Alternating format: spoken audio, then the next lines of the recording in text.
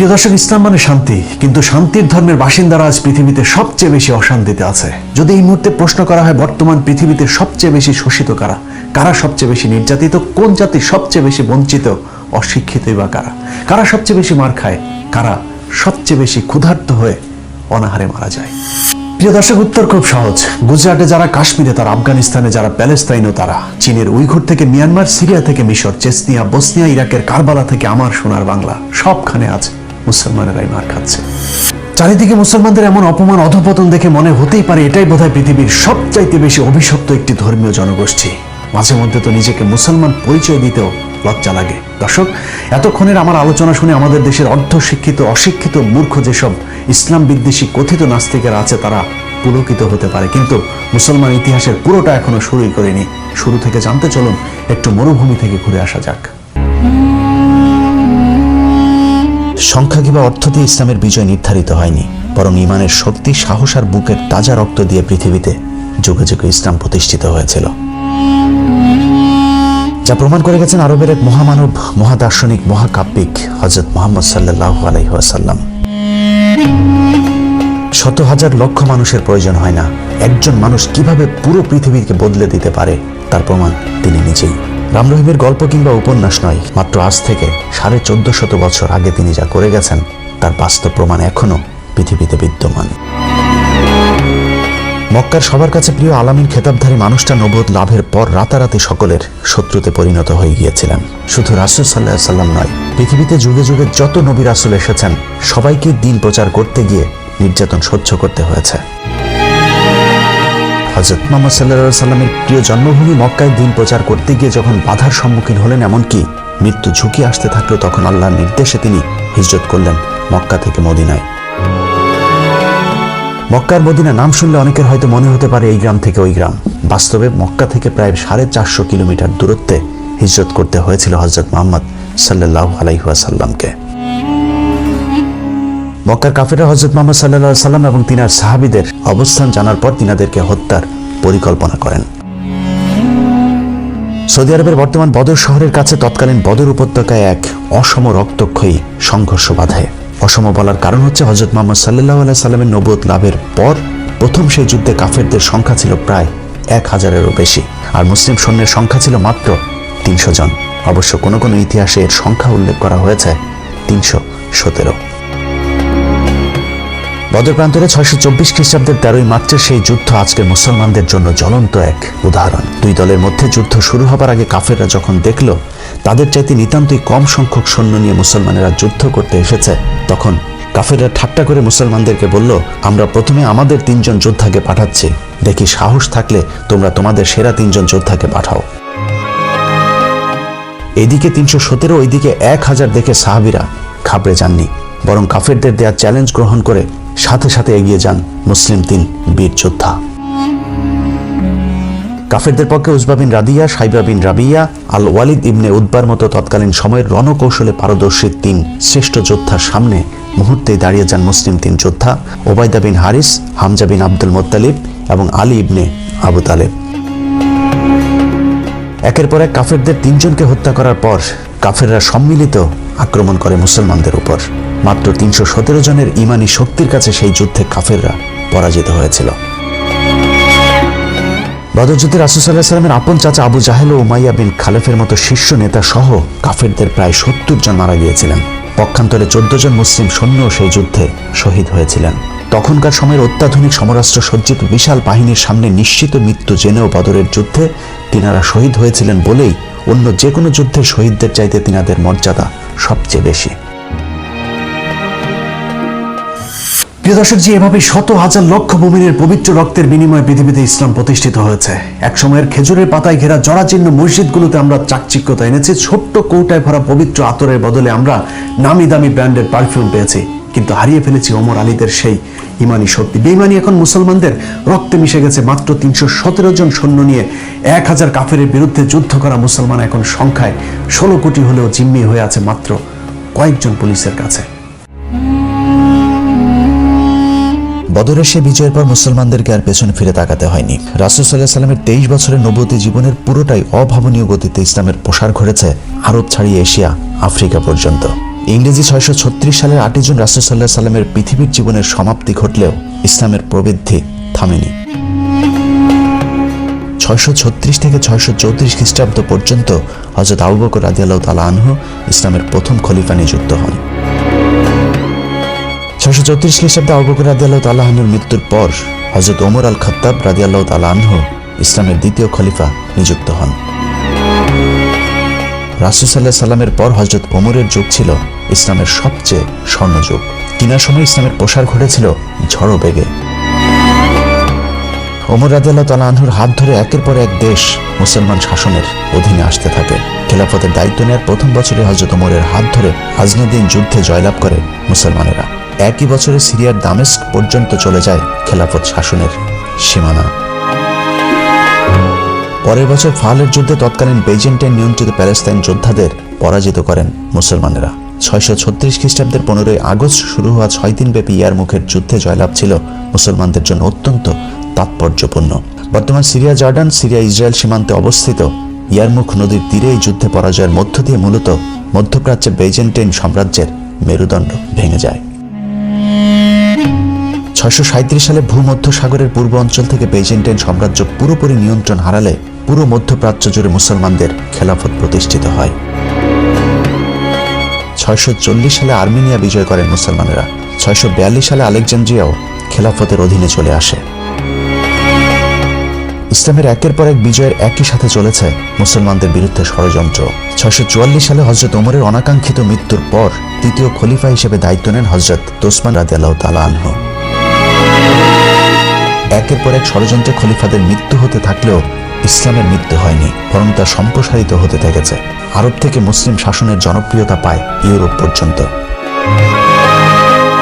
649 সালে হযরত ওসমানের সময় মুসলমানেরা সাইপ্রাস দখল করে। 651 সালে সাসানিয়ান সাম্রাজ্য দখলে আসে মুসলমানদের। এভাবে একের পর এক সাম্রাজ্য দেশ মহাদেশ মুসলমানদের দখলে আসতে থাকে। 654 সালে হযরত ওসমানের মৃত্যুর পর হযরত আলী রাদিয়াল্লাহু তাআলা আনহু খলিফা নিযুক্ত হন। হযরত আলী রাদিয়াল্লাহু তাআলা আনহুর খেলাফতের ব্যাপ্তিকাল ছিল মাত্র 6 বছর। তবে অল্প সময়ের মাঝে বেশ কিছু বিজয় লাভ করে মুসলমানেরা। তিনার সময়ে মুসলমানদের সাথে বেইজেন্টাইনদের ঐতিহাসিক চুক্তি সম্পন্ন হয়। প্রিয় দর্শক, দেশে দেশে সুশাসনের মতো জ্ঞানের রাজ্য একসময় শাসন করেছে মুসলমানেরা। চিকিৎসা, পদার্থ, জ্যোতির্বিদ্যা, রসায়ন সহ জ্ঞান বিজ্ঞানের এমন কোনো শাখা নেই যেখানে মুসলমানেরা নেতৃত্ব দেয়নি। ইংরেজি 632 থেকে 1200-1300 সাল পর্যন্ত মুসলমানদের ইতিহাস, আর 1900-2021 সালের ইতিহাস পুরোই উল্টো। ইহুদি খ্রিস্টানেরা যখন মহাশূন্য জয় করছে, মুসলমানেরা তখন ফতোয়া দিচ্ছে টেলিভিশন দেখা হারাম। ওয়াজ মাহফিলগুলোর একটা বড় অংশ জুড়ে থাকে মেয়েদেরকে পর্দায় রাখার আলোচনা। মুসলমানেরা শিক্ষা গবেষণা বাদ দিয়ে এখন আল কায়দা আইএস তৈরি করে মানুষ হত্যা করছে। অথচ ইসলাম কখনোই নিরীহ মানুষ হত্যা করাকে সমর্থন করে না। তারপরেও এরকম কিছু পথভ্রষ্ট বিপদগামীদের কারণে মুসলমানেরা এখন পশ্চিমা বিশ্বের কাছে জঙ্গি নামের প্রতিষ্ঠিত। যে মুসলমানের জ্ঞান বিজ্ঞান নিয়ে করা গবেষণার উপর আজকের আধুনিক সভ্যতা দাঁড়িয়ে আছে, সেই মুসলমানেরা তাদের পূর্বসূরীদের দেখানো রাস্তা ভুলে ভুল পথে হাঁটতে শুরু করেছে। আজকের মুসলমানদেরকে দেখে যারা ইসলামকে বিচার করে, তাদের কাছে মুসলমানদের অতীত ইতিহাস একেবারেই অজানা। জ্ঞান বিজ্ঞানের কোথায় ছিলেন না মুসলমানেরা? চিকিৎসা, জ্যোতিষশাস্ত্র, পদার্থ, রসায়ন, জীববিজ্ঞানের সকল শাখায় একসময় মুসলমানেরা নেতৃত্ব দিয়েছেন সামনে থেকে। অসংখ্য এরকম মুসলিম বিজ্ঞানীদের মধ্যে উল্লেখযোগ্য হলেন আল জাবের। গণিতের ইতিহাসে একটি যুগান্তকারী উদ্ভাবক মুছে ফেলার চেষ্টা করা হচ্ছে, ঠিক যেভাবে আদম থেকে অ্যাডাম, ইব্রাহিম থেকে আব্রাহাম হয়েছে। লম্বা একটা সময় ধরে মুসলমানেরা জ্ঞান বিজ্ঞান থেকে দূরে থাকার কারণে আমরা তাদের নাম পর্যন্ত ভুলে যেতে বসেছে। মাঝে মধ্যে ইসলাম বিদ্বেষী নাস্তিকদের কাছে শুনতে হয় মুসলমানেরা অশিক্ষিত বর্বর একটি জাতি। বর্তমান পৃথিবীর মুসলমানদের সবচেয়ে বড় শত্রু পাশের দেশ ভারত, যাদের অর্ধেক মানুষের স্যানিটাইজেশন সুবিধা নেই। অথচ শুধুমাত্র পারমাণবিক ক্ষমতার কারণে বিশ্বের দ্বিতীয় পরাশক্তি চীনের সাথে লড়াই করার সাহস দেখাচ্ছে এই ভারত। হাস্যকর বিষয় হলো যে পারমাণবিক শক্তির দাপটে ভারত চীন এবং পাকিস্তানের সাথে যুদ্ধ করার সাহস দেখায়, সেই পারমাণবিক শক্তি অর্জনের একচ্ছত্র কৃতিত্ব একজন মুসলমানের, যার নাম এপিজে আবুল কালাম আজাদ। প্রিয় দর্শক, আজ আর সেদিন নেই। মুসলমানেরা আজ পৃথিবীর সবচাইতে পিছিয়ে পড়া জাতি। ইসলামী আদর্শ আর জ্ঞান বিজ্ঞানের বাইরে গিয়ে মুসলমান নেতারা আজ নারী, গাড়ি, বাড়ি নিয়ে পাড়ি দিয়েছে অজানা এক গন্তব্যের দিকে। একসময়ের জ্ঞান বিজ্ঞানের নেতৃত্ব দেওয়া মুসলমানেরা এখনো তরবারি দিয়ে পৃথিবী জয়ের ইতিহাস নিয়েই আত্মতুষ্টিতে ভুগছেন। কিন্তু এতদিনে পৃথিবী যে কোথায় চলে গিয়েছে তার কি কোনো খবর আছে? তরবারি দিয়ে জেহাদ করার দিন শেষ। এখন পৃথিবী চলে বুদ্ধির জোরে, প্রযুক্তির জোরে। ছোট্ট একটি ইহুদি রাষ্ট্র পুরো আরবের মুসলমানদেরকে শাসন করে চলেছে। অন্যদিকে তেল আর স্বর্ণ বিক্রি করে খাওয়া আরবরা এখন পৃথিবীর সবচেয়ে অলস আর মূর্খ জাতি। উপমহাদেশের মুসলমানদের অবস্থাও একই রকম। ব্রিটিশরা ভারত উপমহাদেশে আসার পর হিন্দুরা যখন ইংরেজি শিখে অফিস আদালতগুলোতে চাকরি শুরু করলো, তখন মুসলমানদের ধর্মীয় নেতারা ফতোয়া দেওয়া শুরু করলো ইংরেজি শিখলে নাকি মুসলমানেরা সব কাফের হয়ে যাবে। সেখান থেকে আমাদের অধঃপতন শুরু। মোল্লারা শেষ পর্যন্ত মাদ্রাসা শিক্ষা ব্যবস্থা পেয়েছে, কিন্তু সেই সব শিক্ষা ব্যবস্থা আধুনিক শিক্ষা থেকে অনেক দূর পিছিয়ে। ঘরের মধ্যে টিভি ঢুকাইছেন, টিভি দেখা হালাল না হারাম? মাত্র কিছুদিন আগে টেলিভিশন দেখা ফতোয়া দেয়া মোল্লারা এখন টেলিভিশনের নিয়মিত অতিথি। ইস্তেমার মাঠে ক্যামেরা ঢুকতে না দেয়া তবলিগের লোকেরা এখন সাংবাদিক ডেকে সংবাদ সম্মেলনও ঘটছে। নির্বাচনে অংশ নেয় জামাতকে কাফের ফতোয়া দেয়া পীর সাহেবেরাও এখন হাত পাখা মার্কায় নির্বাচনে প্রতিদ্বন্দ্বিতা করছেন। আমেরিকার বিরুদ্ধে সোশ্যাল মিডিয়াতে জেহাদ করা মৌলভীরা হয়তো জানেনই না ফেসবুক, ইউটিউবে সবকিছুরই নিয়ন্ত্রক আমেরিকা। সুতরাং জেহাদের চিন্তা বাদ দিয়ে মুসলমানদের উচিত নিজেদেরকে আগে সংশোধন করা। বাংলাদেশের মতো 85% মুসলমান অধ্যুষিত একটি দেশ, যে দেশের সংবিধানের প্রস্তাবনায় বিসমিল্লাহির রহমানুর রাহিম লেখা আছে। খাতা কলমে রাষ্ট্রধর্ম ইসলামও, কিন্তু মুসলিম এই দেশে আজ মানুষকে নামাজ পড়তেও বাধা দেওয়া হয়। অথচ আমেরিকার এমন একটি মসজিদও নেই যেখানে তারাবির নামাজ বন্ধ করা হয়েছিল। অতএব মুসলমানদের শত্রু এখন আমেরিকা না, বরং মুসলমানেরা এখন মুসলমানদের সবচেয়ে বড় শত্রু। আমরা যারা মসজিদে আকসাতে ইসরায়েলি বাহিনীর হামলার বিরুদ্ধে কথা বলছি, তারা হয়তো ভুলেই গিয়েছি মাত্র কয়েকদিন আগে বাইতুল মোকাররমের ঠিক একই কায়দায় হামলা করেছিল আওয়ামী লীগের সন্ত্রাসী বাহিনীরা। অথচ তারাও তো নামে মুসলমান।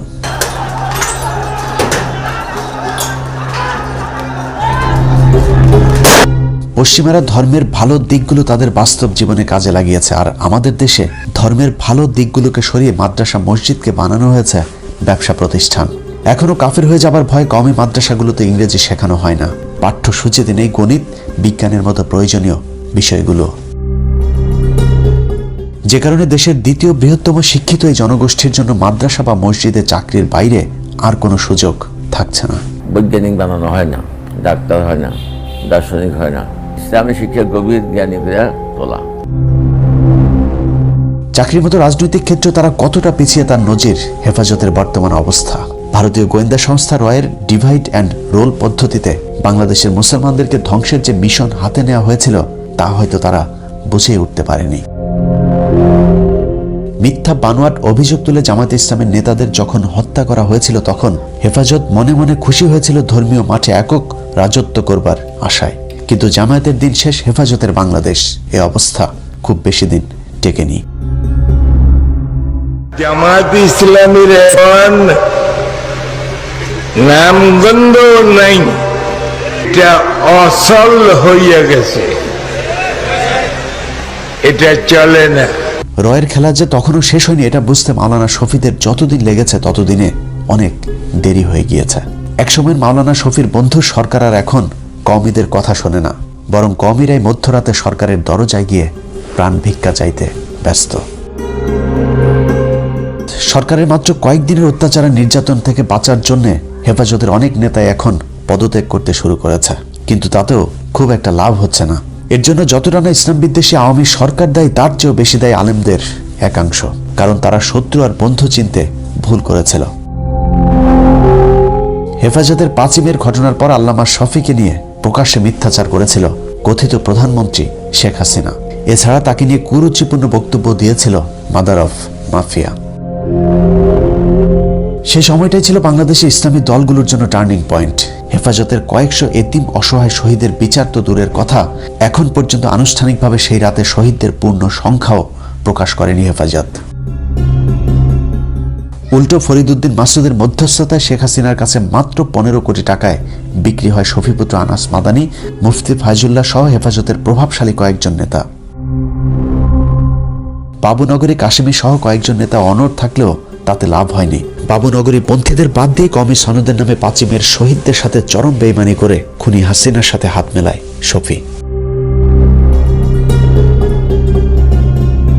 তারপর থেকে কওমিপন্থী আলেমরা সরকারকে নিজেদের লোক ভাবতে শুরু করে, যে কারণে নিয়মিত সরকারের গোয়েন্দা সংস্থাগুলোর সাথে যোগাযোগ রেখে ব্যালেন্স করার চেষ্টা করেছে তারা। এই মূর্তি সংস্কৃতিকে রুখে দেওয়ার জন্য গোটা বাংলাদেশ ব্যাপী তাওহীদি জনতা আবার শাপলা চত্বরে যাবে। কওমি আলেমদের বক্তব্যগুলো কখনো খুব গরম হয়েছে, আবার কখনো নরম। আমরা ডাক দেব বঙ্গবন্ধুর কন্যা শেখ হাসিনাকে ঘুম থেকে জাগ্রত করবার ডাক। মামুনুল হকেরা নরম থেকে গরম হলেও ভারতীয় ভ্যারিয়েন্ট হাসিনা সুযোগের অপেক্ষায় ছিলেন। অন্যদিকে মামুনুল হকের বিশ্বাস ছিল সরকার তো তাদেরই লোক, যে কারণে দেশের চরম মুহূর্তেও জনৈক নারীকে নিয়ে রিসোর্টে যেতেও সাহস পেয়েছেন। ভেতরে ভেতরে সরকারের জালে যে তারা বন্দী হয়েছে সেটা হয়তো তারা নিজেরাই জানত না। মামুনুল হকের দ্বিতীয় স্ত্রী কিংবা অবৈধ এক নারীর সাথে রিসোর্টের সময় কাটানোকে কেন্দ্র করে সংসদে পর্যন্ত আলোচনা হয়েছে। যত অপবিত্র কাজ করে আজকে ধরা পড়ে সোনারগাঁয়ে একটা রিসোর্টে, এখন সেটা ঢাকার জন্য নানা রকমের চেষ্টা। পার্লারে কাজ করে এক মহিলা। বিষয়টি দেখে মনে হয়েছে মামুনুল হক বাংলাদেশের একমাত্র প্রাণী যে কিনা এমন জঘন্য অপরাধ করেছে, অথচ যেই সংসদে দাঁড়িয়ে হাসিনা মামুনুল হকের বিরুদ্ধে কথা বলেছে সেই সংসদেই নারীবাজের অভাব নেই। মাত্র কয়েকদিন আগে ভাইরাল হয়েছিল চাকরির লোভ দেখিয়ে তারপর ময়মনসিংহের এক এমপি কিভাবে নারীকে ধর্ষণ করেছিল। তারও আগে বের হয়েছিল রাজশাহীর আরেক এমপির নারী কেলেঙ্কারির ভিডিও। এভাবে একটা মানুষের জীবন নষ্ট করে দিয়ে, যদি এক কথায় বলা হয় তাহলে সংসদে যতজন বসে আছে তাদের বেশিরভাগ নিজের স্ত্রীর চাইতে অন্য নারীর সাথে রাত কাটিয়েছে বেশি। সংসদে এরকম অনেক নারী সদস্য আছে যারা এক সময় 300 টাকায় অন্য পুরুষের মনোরঞ্জন করত। যে মিডিয়া মামুনুল হকের গোপন স্ত্রীদের তল্লাশিতে ব্যস্ত, তাদের এরকম অনেক অশ্লীল কার্যকলাপের নমুনা সোশ্যাল মিডিয়াতে ছয়লাভ। মামুনুল হককে নিয়ে সবচেয়ে বেশি সোচ্চার থাকা মিথিলা ফারজানার সাথে মোজাম্মেল বাবুর অন্তরঙ্গ ছবিও ফাঁস হয়েছে অনেক আগেই। তারপরেও তাদের বিরুদ্ধে কোনো ব্যবস্থা কি এখন পর্যন্ত নেওয়া হয়েছে? অথচ মামুনুল হকের এক ঘটনাকে কেন্দ্র করে হেফাজতের শীর্ষ সব নেতাদেরকে আটক করা হয়েছে। যদি মনে করা হয় ধর্মীয় নেতা বলে তাদের বিরুদ্ধে ব্যবস্থা নেওয়া হয়েছে, সেটাও সঠিক নয়। কারণ চরমনাইপন্থী 2 কথিত আলেম হাফিজুর ও মিসবাহ দুজনেই অন্যের বউকে নিয়ে অনৈতিকভাবে সংসার করছে, কিন্তু তাদের বিরুদ্ধে সরকার নীরব। কারণ চরমনাই এখন সরকারের টোপ গেলা পরের শিকার। চরমনাইরা মনে করছে গোয়েন্দা সংস্থাগুলো তাদের আগামী নির্বাচনে প্রধান বিরোধী দল বানাবে, কিন্তু তাদের মনে রাখা উচিত মামুনুল হকের ঘটনা একটি উপলক্ষ মাত্র। বাংলাদেশকে ধর্মহীন রাষ্ট্র বানানোর পরিকল্পনা হাসিনা অনেক আগেই হাতে নিয়েছে। সেখানে চরমনাইয়েরও জায়গা হবে না আজ হোক বা কাল। কারণটা মনে রাখতে হবে, হানাফি, শাফি, আহলে হাদিস, আহলে সুন্নাত নয়, ভারতের টার্গেট বাংলাদেশের মুসলমান। এক এক করে আমরা সবাই মার খাচ্ছি, কিন্তু একসাথে রুখে দাঁড়ানোর জ্ঞান কিংবা সাহস কোনোটাই আমাদের নেই, যে কারণে সামনের দিনগুলো বাংলাদেশের মুসলমানদের জন্য আরো বেশি ভয়ঙ্কর হয়ে উঠতে পারে। প্রিয় দর্শক, কেন এমন হলো? কেন মুসলমান মার খায়? কেন মুসলমান না খেয়ে মারা যায়? মাত্র 317 জন দিয়ে পৃথিবী জয় করা মুসলমানের সংখ্যা এখন 250 কোটি, যা পৃথিবীর দ্বিতীয় বৃহত্তম ধর্মীয় জনগোষ্ঠী। সংখ্যায় বেড়েছে কিন্তু হারিয়েছে সাহস। এক মুসলমান আজ আরেক মুসলমানের বিপদে বুক পেতে দিতে ভয় পায়, সুখ পায় অন্য মুসলমানের অসুখে। মুসলমানেরা আজ পৃথিবীতে সবচাইতে মুসলমানদের বড় শত্রু। নিজেদের এমন করুণ অধপতনের জন্য আমরা নিজেরাই দায়ী। কারণ সুন্নাত মানে আমরা এখন শুধু 4 বিয়ে করাকেই বুঝি, কিন্তু ইসলাম প্রতিষ্ঠার জন্য নিজের দাঁত ভাঙাও যে একটা সুন্নাত, সেটা আমরা ভুলে গিয়েছি। ইসলামের জন্য নিজেদের জীবন বিলিয়ে দিতে। আল্লাহর ঘর মসজিদ তৈরি করবার জন্য আমরা এখন ভিক্ষা করে টাকা তুলি, কুরবানির পশুর চামড়া তুলি আমাদের সন্তানদেরকে ইলমের দিন শিক্ষা দেবার জন্য। কিন্তু কখনো কি চিন্তা করেছেন, যেই দেশে শত শত হাজার হাজার প্রতিষ্ঠান সরকারের টাকায় চলতে পারে, সেই দেশে কেন মসজিদ মাদ্রাসা ভিক্ষা করে তারপর চলতে হবে? ভিক্ষা করে পৃথিবীতে ইসলাম প্রতিষ্ঠিত হয়নি। ভিক্ষা করে হয়তো কোনো রকম বেঁচে থাকা যায়, কিন্তু নিজের পূর্ণ অধিকার প্রতিষ্ঠায় লড়াই করতে হয়। তার জন্য প্রয়োজন ঐক্য। কে কোথায় হাত বাঁধে, কে বিশ্বাস করে কোন মাঝহাবে, কে হেফাজতি, কে জামাতি, এসব নিয়ে তর্ক করার সময় এটা না। 16 কোটি মুসলমানের দেশে রমজান মাসে বন্ধ হয়ে যাওয়া মসজিদ মাদ্রাসা যদি খুলতে হয়, তাহলে তালা ঝুলাতে হবে অত্যাচারী শাসকের হাতে। বর্তমান শ্বাসরুদ্ধকর পরিস্থিতি থেকে হতাশ হবার কিছু নাই। মুসলমান হয়ে জন্মেছে আর আমরা তো জন্মগতভাবেই সৌভাগ্যবান। ভারতীয় দালাল নব্য ফেরাউন হাসিনার বিরুদ্ধে এই যুদ্ধে সাময়িক পরাজিত মনে হতে পারে, কিন্তু শেষ হাসি তো আমাদেরই। কারণ আল্লাহ কোরআনে কথা দিয়েছেন, নিরাশ হও না, যদি তুমি মুমিন হও, বিজয় সুনিশ্চিত। আল্লাহ হাফেজ।